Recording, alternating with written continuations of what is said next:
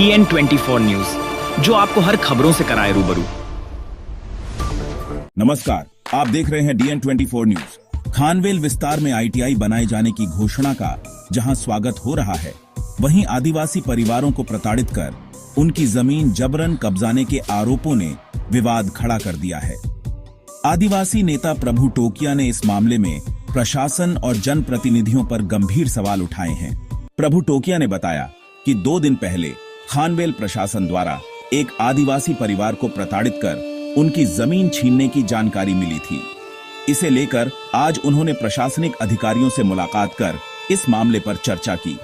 उन्होंने कहा कि प्रदेश के बच्चों के लिए ITI का निर्माण स्वागत योग्य है, लेकिन आदिवासी परिवारों को डराकर उनकी जमीन लेना पूरी तरह गलत है। प्रभु टोकिया ने इस घटना को आदिवासी समाज के खिलाफ अन्याय करार दिया और सवाल किया कि जब सांसद, जिला प्रमुख और खानवेल पंचायत के सभी जनप्रतिनिधि खुद आदिवासी समुदाय से हैं, तो इस तरह की घटनाओं पर वे चुप क्यों हैं? उन्होंने भाजपा सरकार और जिला प्रशासन पर निशाना साधते हुए कहा कि दादरा नगर हवेली के कलेक्टर प्रियांक किशोर और खानवेल RDC के दिशा निर्देश में आदिवासियों के साथ किया जा रहा व्यवहार निंदनीय और दुर्भाग्यपूर्ण है। प्रभु टोकिया ने मांग की है कि सांसद, जिला प्रमुख और पंचायत के प्रतिनिधि इस मामले में तुरंत हस्तक्षेप करें और आदिवासी परिवारों को न्याय दिलाएं। इस मुद्दे से जुड़ी हर नई जानकारी के लिए जुड़े रहें DN24 न्यूज के साथ। પ્રોજેક્ટ છે એને વેલકમ છે અને પરિવારને એવું કહેવાનું છે કે ભાઈ જે ભલે જે 12 ગુંઠામાં આજની ડેટમાં જે ડેવલપમેન્ટ ચાલી રહ્યું છે તો ભલે ડિસ્પ્યુટ મેટર છે, ભલે અમારા નામની અને ITI છોકરા માટે બનતી સમયે વાંધો નહીં મળે। આ 12 ગુંઠા જમીન લે અને ત્યાં પર ITI બનતી હોય તો પરિવારને એવું કહે છે અમને વાંધો નથી, પણ એ બનાવવાના ચક્કરમાં આખી જમીન અમારા જે ડેવલપમેન્ટ જમીન છે, મારે આ પૂરી જમીન જે લેવાની વાત કરી રહ્યા છે, તો એ જમીન અમે 1 ઇંચ પણ જમીન આપવા તૈયાર નથી, આવું પરિવારનું કહેવું છે।